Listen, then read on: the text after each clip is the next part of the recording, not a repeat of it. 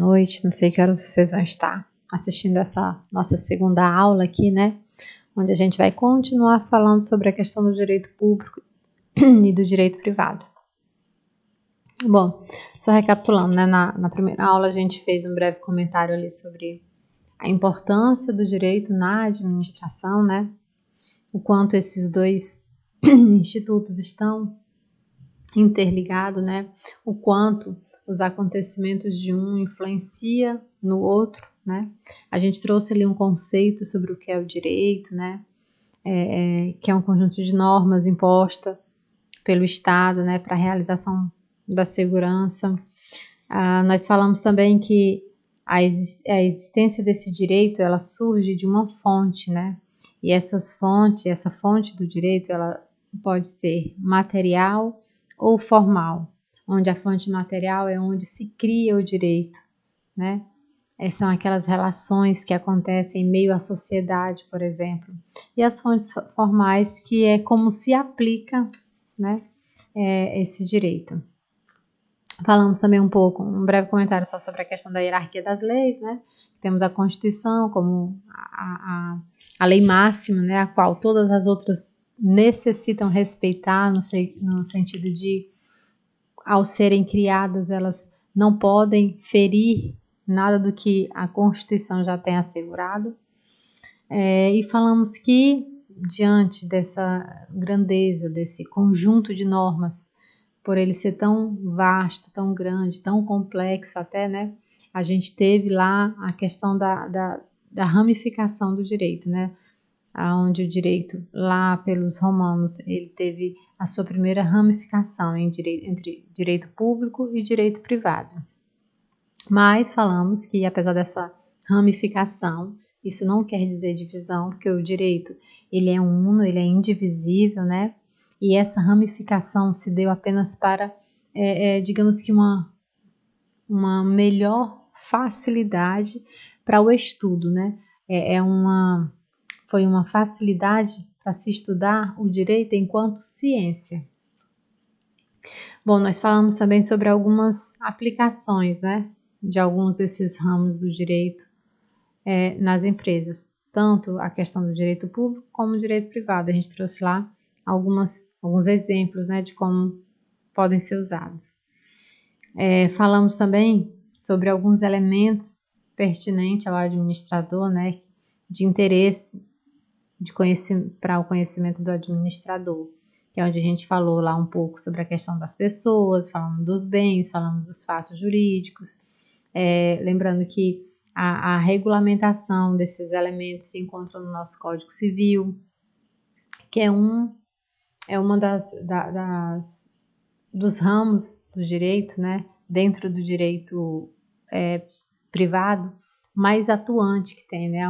É no Código Civil que a gente vai encontrar uma maior regulamentação de requisitos, de critérios, de situações que são comumente utilizados na administração, ok? E hoje a gente vai estar dando continuidade, né? Falando ainda sobre a questão do direito público e do direito privado. Vamos estar dando continuidade em alguns desses elementos que ainda são de interesse, né, para que o administrador tenha um conhecimento, como eu já disse na primeira aula, não para tornar os administradores advogados, mas para que eles venham a conhecer sobre algumas nuances, alguns detalhes, algumas situações que são pertinentes a eles. E hoje a gente vai estar tratando sobre a questão das obrigações, dos contratos e do direito comercial ou direito empresarial. Estão elencados aí no Código Civil também, né? Nesses artigos aí. Apenas o direito comercial, conhecido como direito empresarial, que apesar de ele ser tratado no Código Civil, existem várias outras leis, né? Que também contém nelas, né, elementos pertinentes ao administrador, à empresa, né, em si. Bom, quanto a essas obrigações, né, o direito das obrigações, chamados assim no Código Civil. Para os romanos, a obrigação era uma relação estabelecida entre duas pessoas, em que uma delas assumia uma prestação à outra, seja de ação ou de abstenção. Bom, não mudou muita coisa na questão do conceito aí, né? A gente sabe que nós, como homens que vivemos na sociedade, né, homens seres humanos, nós necessitamos assumir obrigações, né? É necessário para a nossa convivência. Só que essas obrigações, elas necessitam ser reguladas, né? Elas necessitam ter ali certos cuidados para que não venham, né, alguma dessas partes sofrerem abusos. Aí entra o direito, mais uma vez, para regulamentar, para trazer um norte, para trazer diretrizes, princípios que devem ser observados, né, ao assumir de obrigações nessas relações. A obrigação é a relação jurídica estabelecida entre o devedor e o credor, tendo por objeto prestação de dar, de fazer ou não fazer. Bom, os elementos da obrigação, né? Quais são os elementos que compõem essa obrigação? O sujeito ativo, conhecido como credor, o sujeito passivo, seria o devedor, e o objeto, que é a prestação em si, né? Bom, direito das obrigações quanto ao objeto, né? Como a gente falou ali anteriormente, existem os objetos são a obrigação de dar, a obrigação de fazer e a obrigação de não fazer. O que é essa obrigação de dar? Essa obrigação de dar, ela consiste na entrega de uma coisa ou em pagar um valor. Isso seria a obrigação de dar. Isso é o acordo que eu vou fazer com alguém quando eu tenho uma obrigação de dar. Ou eu vou entregar algo para essa pessoa, né? Ou eu vou pagar um valor a essa pessoa. Nós temos também a obrigação de fazer. O devedor deve, por exemplo, prestar um serviço, né? Essa é a obrigação de fazer. E temos a obrigação de não fazer, que é a abstenção da prática de um ato, como não construir a partir de determinada altura, né? Como assim? Por exemplo, não é permitido a construção de só é permitido até determinada altura em locais próximos a aeroportos, por exemplo. Existe um limite para a construção ali. Por quê? Porque deve se resguardar pela segurança, né, de qualquer fatalidade. Então, existe normalmente legislações, né, municipais onde há esses aeroportos que proíbem determinadas construções. Então, aí seria uma obrigação de não fazer. Bom, outro item muito importante para o administrador é a questão dos contratos, né? E os contratos, eles é uma parte bem detalhada do Código Civil, é algo bem minucioso. Eu tenho professores que eles eram especialistas nessa questão de contratos, porque ela é muito complexa. E essa complexidade, ela se dá por quê? Porque ao mesmo tempo que nós temos, principalmente a questão do direito privado, ele é regido, ele existe princípios de liberdade, né, que resguardam ele dessa liberdade de negociar. Existe também a questão da necessidade de proteção, né, de algumas partes, de alguns direitos adquiridos. Então aí necessita de um equilíbrio, né?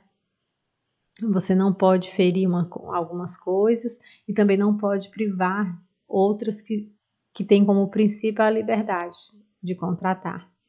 Então aí a gente precisa ter a consciência da importância, da necessidade de você compreender a questão dos contratos. E por isso existem advogados que são realmente especialistas só em contratos, porque é algo muito criterioso, muito detalhado, tem muito pormenores. Aqui a gente vai ver ele de forma mais superficial, né? Até mesmo porque, como eu disse, a gente não está aqui buscando formar advogados, são administradores, né? Os contratos, também conhecido como ajuste, conversão, eles são negócios jurídicos, né? Entre duas ou mais pessoas, sobre a obrigação de dar, fazer ou não fazer. E são as obrigações que a gente vai encontrar em um contrato. E essas obrigações visam criar, extinguir ou modificar um direito, né? Que a gente falou sobre isso lá nos fatos jurídicos, né? Bem, os contratos, eles podem ser estabelecidos de forma expressa, que são os escritos ou verbal, ou tácitas, que é o verbal com base na confiança. Qual a diferença disso? E qual a diferença dessa questão do expresso verbal ou escrito? O expresso verbal é aquela conversa que há ali, quando a gente vai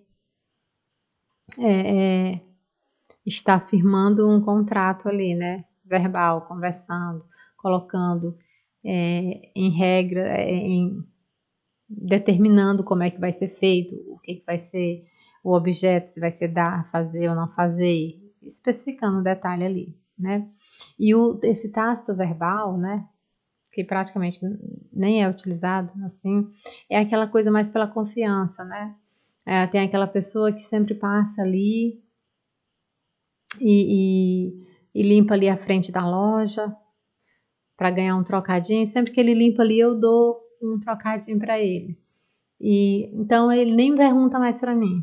Ele já passa, limpa. Como eu vi que ele limpou, eu já entreguei ali o dinheiro.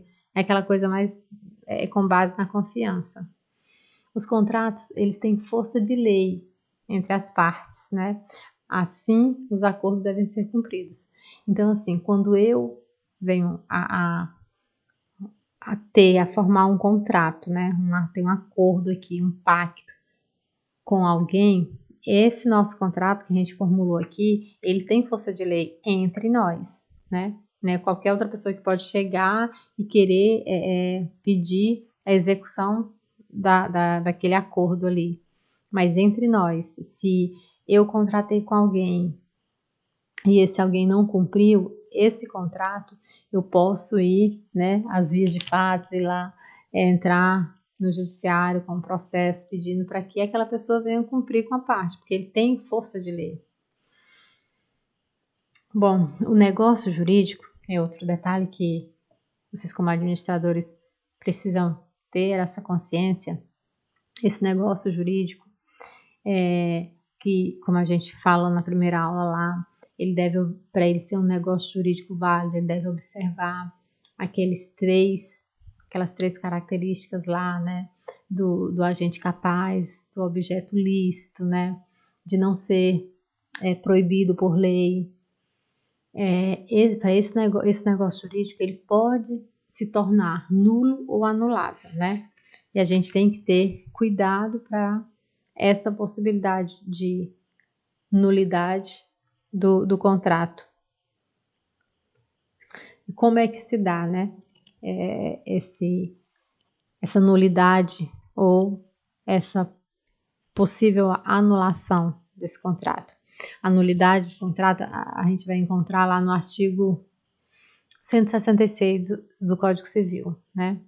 O negócio jurídico, para ele ser nulo, quando ele é nulo, é porque ele violou, né, alguma norma de interesse público, no caso coletivo, né?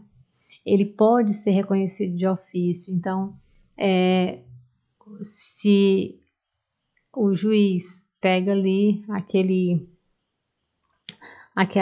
processo que está pedindo para, muitas vezes, digamos que aquele processo, o pedido já é para executar no sentido de cumprir o nosso acordo que eu não recebi.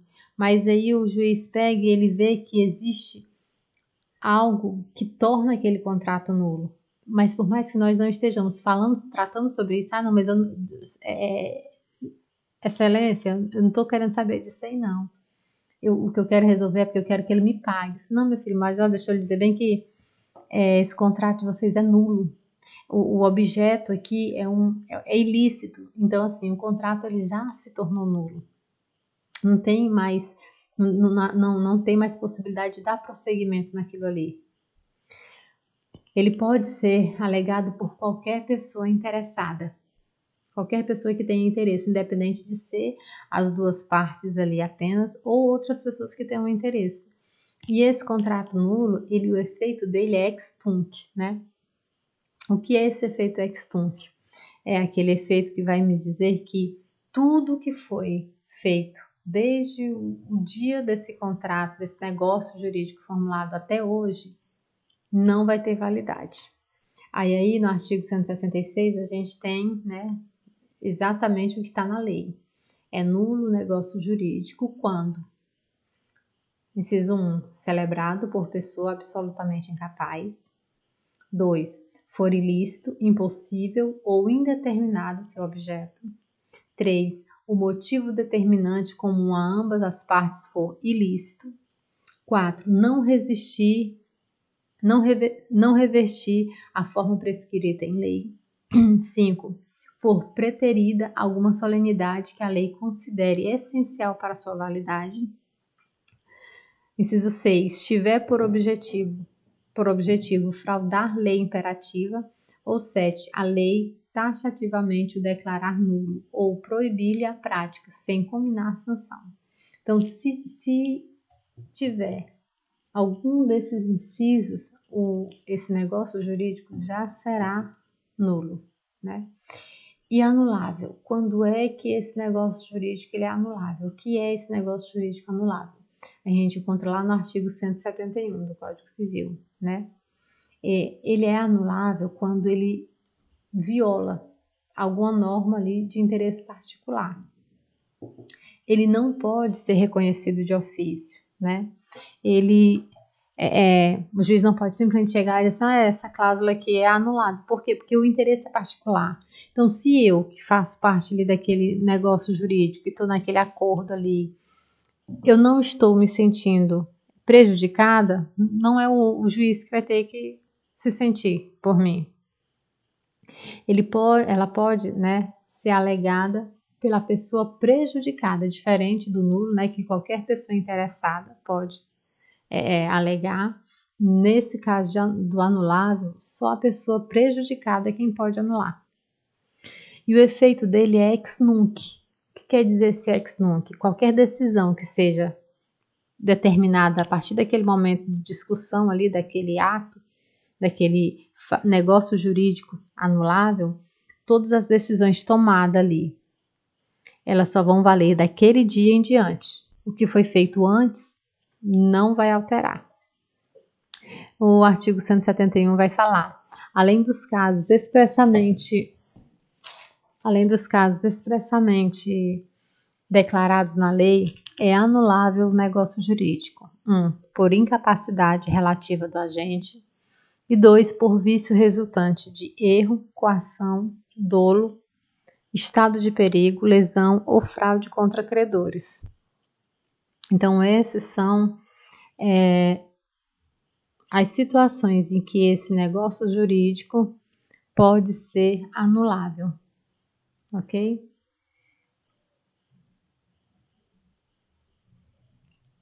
Vamos lá.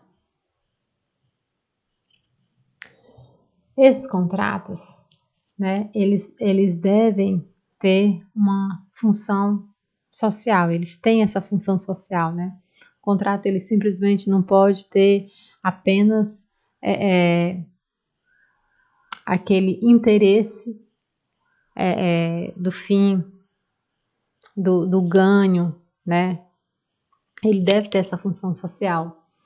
E a liberdade de contratar, ela será, essa liberdade que a gente tem, né, que o direito privado tem, ela será exercida em razão e nos limites dessa função social do contrato.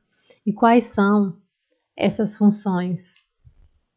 A harmonia entre as partes, concessões mútuas, a boa-fé, que deve existir na pré-contratação, no desenvolvimento e na extinção do contrato.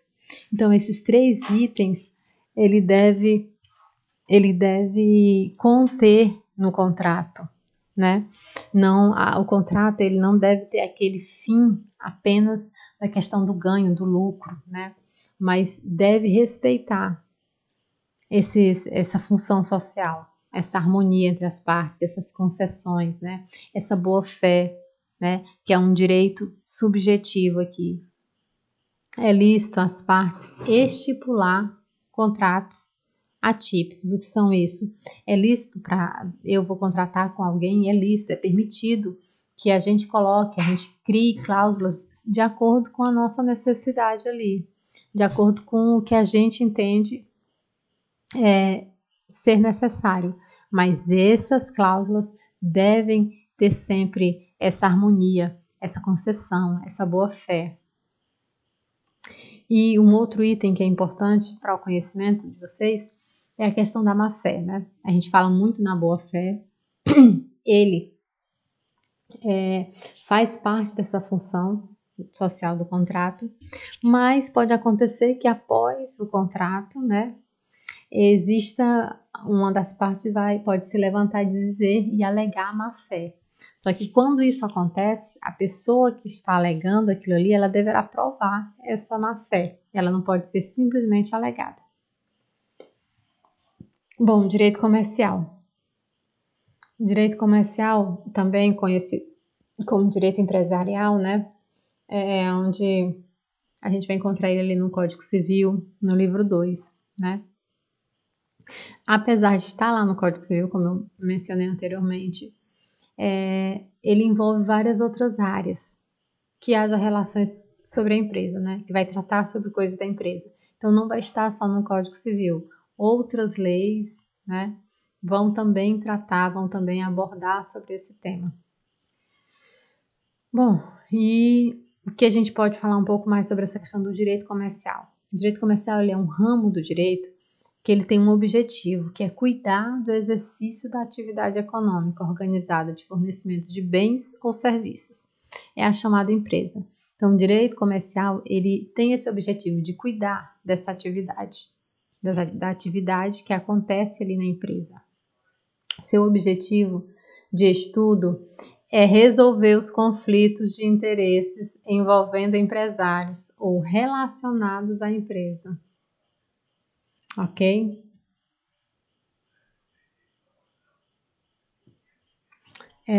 São elementos essenciais do comércio: a mediação, a habitualidade e o fim lucrativo. É necessário essa observância nesses três elementos para ser considerado um comércio. O comércio ele visa isso, a mediação, né? Quando eu tenho algo que o outro necessita, que o outro está precisando, eu quero vender uma coisa, o outro quer comprar. Então ali há uma mediação. É necessário ter uma habitualidade, não é só o fato de, eu tenho 3 TV em casa, não estou usando elas e vou já vender. E eu vendi aquilo ali, pronto, eu sou comerciante? Não, eu apenas vendi algo que não estava mais tendo utilidade para mim. Eu não tenho uma habitualidade. E o fim lucrativo? O fim sempre será lucrativo. É interessante quando você vai estudar sobre o direito comercial, o direito empresarial, né? Você vai ver muito isso no final das frases. O fim lucrativo, fim em lucro. Vocês vão perceber isso aqui nesse nosso pouco tempo aqui de estudo sobre o direito comercial. A gente ainda assim consegue perceber o quanto isso é nítido, é forte. E isso serve até mesmo para a questão da consciência, né? Às vezes a gente olha e diz, mas a empresa só quer saber de ganhar, mas é o fim dela. Esse é um dos elementos essenciais para a existência dela, né?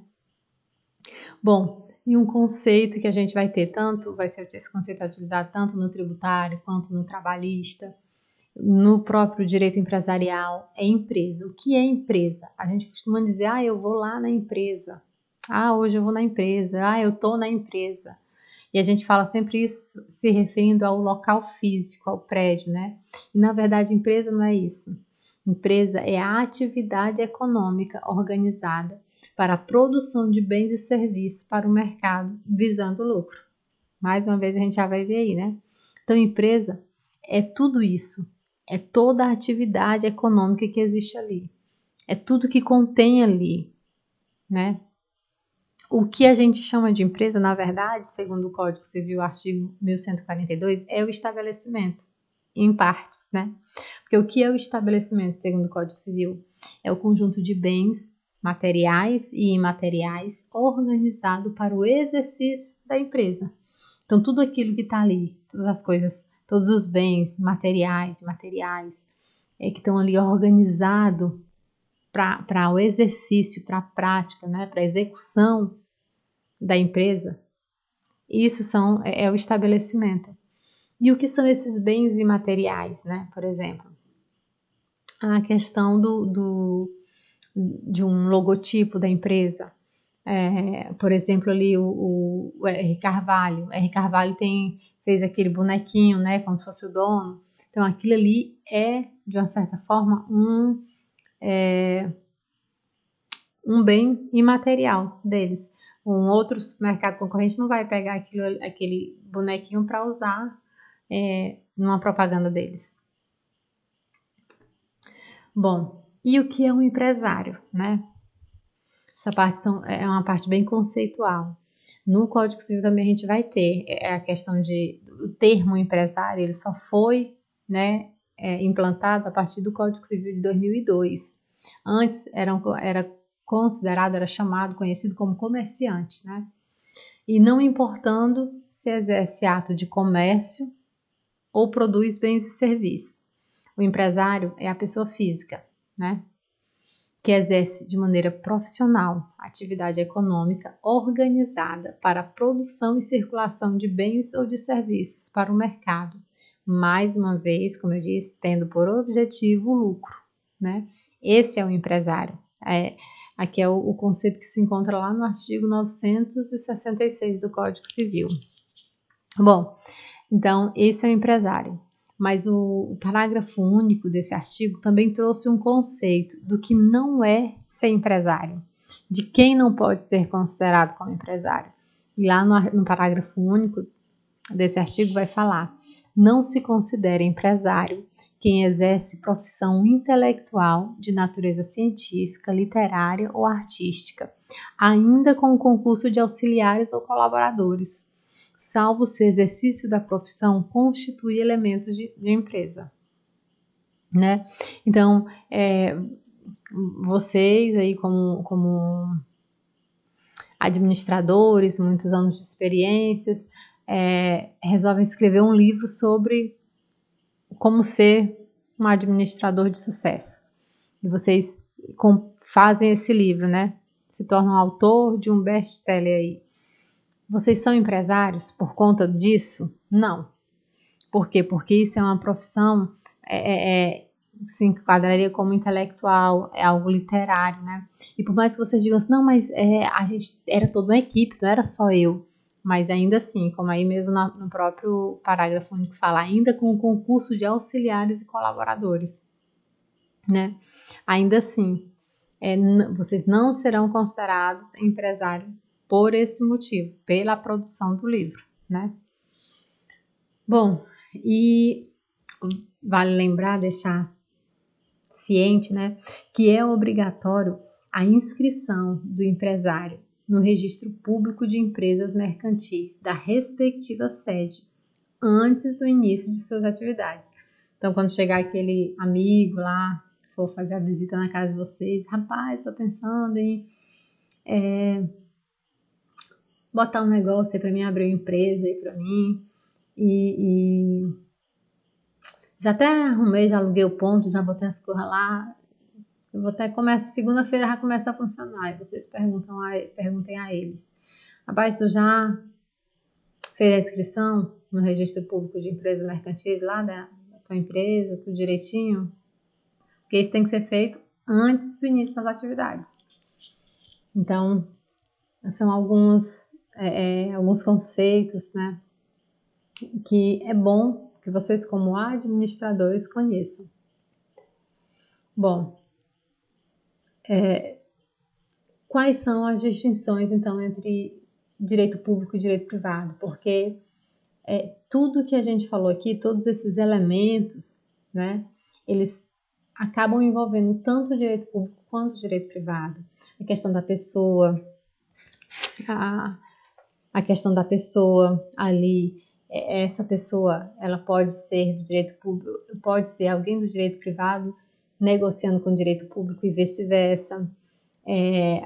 Isso se torna fato jurídico, né? E esses fatos jurídicos podem se dar entre vocês dois, entre o privado e o público, né? Então, mas quais são as distinções, né, disso? Bom, é como eu coloquei nessa tabela. Quanto ao interesse perseguido, né? Quando é que vai ser direito público, quando é que vai ser direito privado? Quando eu falo em interesse perseguido no direito público, eu vou estar falando de uma coletividade, né? Já quando eu falo do direito privado, eu estou falando sobre algo próprio, né, do indivíduo, algo de interesse particular. A natureza do sujeito, né? No interesse público, o interessado é a administração pública, é o Estado ali, né? Que está interessado, ele é sujeito nessa natureza, ele está buscando, porque ele entendeu que houve um interesse coletivo que foi violado, então ele está lá. Já no direito privado, a natureza desse sujeito é sempre o particular, né?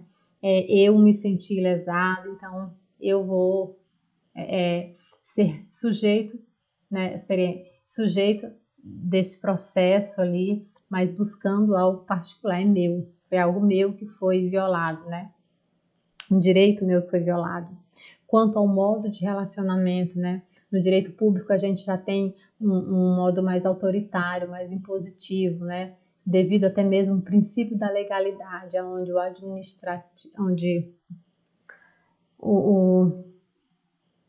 administrador ele vai fazer o que a lei manda, né? O que está na lei ali. Já no direito privado, não, a gente já tem aquela autonomia, essa liberdade, né? Tão falada. Então, no que diz respeito ao modo de se relacionar, o direito privado ele tem essa liberdade. E essa liberdade ela é sempre buscada pela parte do direito privado e sempre observada pela parte do direito público, porque o Estado, né, ele vai estar sempre observando para que essa liberdade, essa autonomia do direito privado, ele não venha ferir interesses coletivos. Bom, e por fim, eu queria trazer para vocês um conceito, né, sobre dois fenômenos que já tem acontecido há um bom tempo, né, e cada vez mais cria força sobre essa questão da dicotomia, né, do direito público e do direito privado. Né? Quando houve essa separação, né, essa ramificação ali, foi na intenção de se assegurar de dar uma segurança jurídica a mais. Só que o que acontece? Com o passar do tempo, você vai vendo que, por mais que eles tentaram colocar esses ramos, né, ter de uma certa forma, essa separação em público e privado, com o passar do tempo a gente vai vendo que as coisas voltam a se misturar. Então, tem existido, como eu disse já há um bom tempo, esses dois fenômenos, que é a publicização do direito privado. E o que é isso? É um fenômeno que tem acontecido muito, onde o Estado regula interesses particulares, disciplinando limites e regras para o exercício do direito dos particulares, como forma de garantir um interesse maior, qual seja a segurança jurídica e a paz social. Um exemplo, né? Lá no artigo 5º, o inciso 3º vai falar da Constituição Federal. Ninguém será submetido a tortura nem a tratamento desumano ou degradante. Aí eu vou e faço um contrato aqui com a pessoa e nas obrigações que a gente tem lá, e eu vou e coloco como uma das cláusulas lá que se a pessoa não cumprir com a parte dela, uma das cláusulas vai dizer que ela será submetida a algum tipo de tortura. o direito público entra no direito privado de cepa? Não, aí não. O direito público, como Estado, ele vai entrar e vai intervir nessa relação. Por quê? Porque ele cria limites, regras, para que dentro dessa minha liberdade de negociar do direito privado, eu tenha que estar observando que existem limites para isso. Não é aquela coisa solta realmente, né? Então aí a gente acaba se deparando, quando eu vejo o Estado intervindo nessa relação, né, privada, é o fenômeno conhecido como publicização do direito privado. E temos também a privatização do direito público. O que é essa privatização do direito público, né? Apesar do nome, muitas vezes a gente escuta e a gente já vai dizendo assim, é esse negócio aí que a gente escuta na TV, que vão privatizar os Correios, vão privatizar a Petrobras. Não, não é nesse sentido. Essa privatização do direito público é o direito público sendo influenciado pelas normas do direito privado para regular suas atividades, seja atividades nas relações internas ali, né? Assim como nas suas relações externas. A exemplo, a realização de leilões, de licitações, são atividades privativas do Estado, mas que possuem normas do direito privado. Então, o que é essa privatização? É justamente isso. É quando a administração pública, e a gente sabe bem disso, né? A gente tem essa consciência de que as coisas no privado funcionam bem melhor do que no público, né? Lamentavelmente, porque deveriam funcionar da mesma forma. Se brincar, deveria funcionar até melhor, porque a lei está falando do que é de todos, né? E todos nós pagamos por tudo aquilo ali. Então, assim, é quando a administração pública, ela olha para a administração privada e vê alguma coisa ali que está funcionando direito e aquilo dá para ser aplicado dentro da administração pública. E ela pega aquilo ali para regulamentar ali, seja, como a gente disse, nas relações internas ou mesmo em relações externas, né? Essa privatização do direito público, ela veio impor limites no agir, né?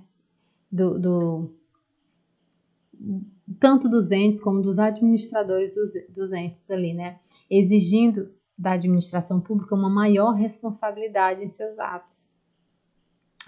A gente tem ouvido falar muito, né, nessa reforma administrativa, tem uma PEC 32/20, né, 2020, onde ela busca isso, ela busca essa alteração, essa mudança em algumas coisas. E nessa reforma administrativa, nessa PEC, a gente vê muito isso. Algumas coisas que são vistas funcionando no direito privado e eles tentando trazer, aplicar aqui no direito público.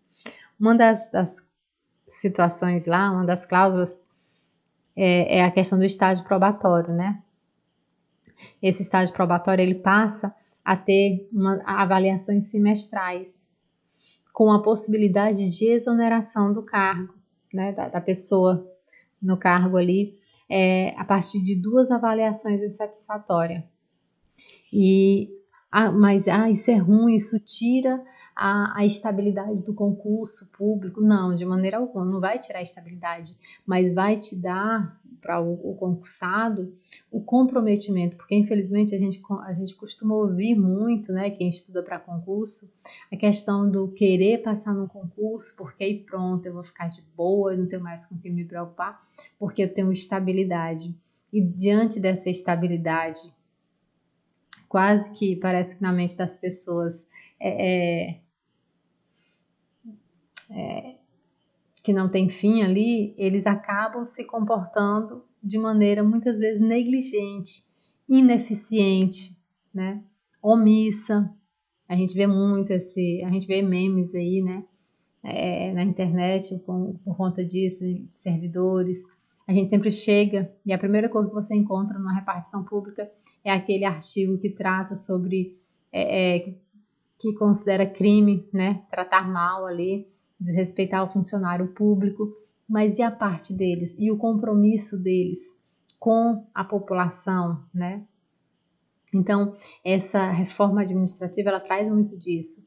Ela busca cobrar muito, assim, exigir mais essa parte da administração, né? E é algo que a gente deve estar atento. São fenômenos que, apesar de não serem tão recentes, mas esses fenômenos, quando eles estão ainda tomando força, né? Eles acabam sendo muito pedidos, e principalmente o concurso. Não sei se alguns de vocês pensam em fazer concurso, que vocês possam estar sempre antenados, ligados para esses fenômenos que vêm se desenvolvendo, né? Ao longo da história, ao longo das situações. Então, gente, a gente vai ficando por aqui. Essa é a nossa última aula. Eu espero ter contribuído, espero que vocês tenham conseguido compreender. Qualquer dúvida, vocês podem entrar em contato pelo e-mail, vai estar no final do slide, eu vou disponibilizar para vocês, eu vou acrescentar o meu e-mail. Eu vou, já vou, vocês estão com a atividade aí para fazer, tem 10 questões. Eu disponibilizei para vocês o livro em si, que está lá na ementa, digitalizado. Quando vocês tiverem um tempinho, podem dar uma olhada com mais calma lá, que vai acrescentar ainda mais no conhecimento de vocês, viu? Bom, e só para finalizar, como na primeira aula, eu queria deixar esse pequeno trecho do livro que eu estou lendo para meditação de vocês. O livro que eu comentei, que é de um administrador, Dia a Dia com Maxwell. Lá, esse capítulo fala sobre a lei do sacrifício. Lá ele vai dizer assim: se você deseja se tornar o melhor líder que puder, então precisa estar disposto a fazer sacrifícios para liderar bem. Se esse é o seu desejo, então aqui estão algumas coisas que precisa saber. 1. Não há sucesso sem sacrifício. 2. Líderes geralmente precisam abrir mão de mais coisas do que os outros. 3. Você precisa abrir mão de muitas coisas para continuar no topo. E 4. Quanto mais alto o nível de liderança, maior o sacrifício. E aí, estão dispostos a abrir mão de coisas para crescerem? Que vocês possam meditar nessa lei do sacrifício, que vocês possam começar a pôr em prática essa lei, essas dicas, né, desse administrador. E comecem em meio à família de vocês ali, em meio àqueles que estão próximos a vocês. E que isso possa formar em vocês, a cada dia mais, futuros administradores comprometidos, dedicados, né, diferenciados de muitos outros que a gente tem visto aí ao longo da nossa caminhada, ok? Então a gente fica por aqui. Espero que vocês tenham compreendido tudo direitinho, que vocês possam ler. Qualquer dúvida sobre a atividade, mais uma vez, eu vou deixar um e-mail lá disponível para vocês, tá ok? Até mais, boa noite.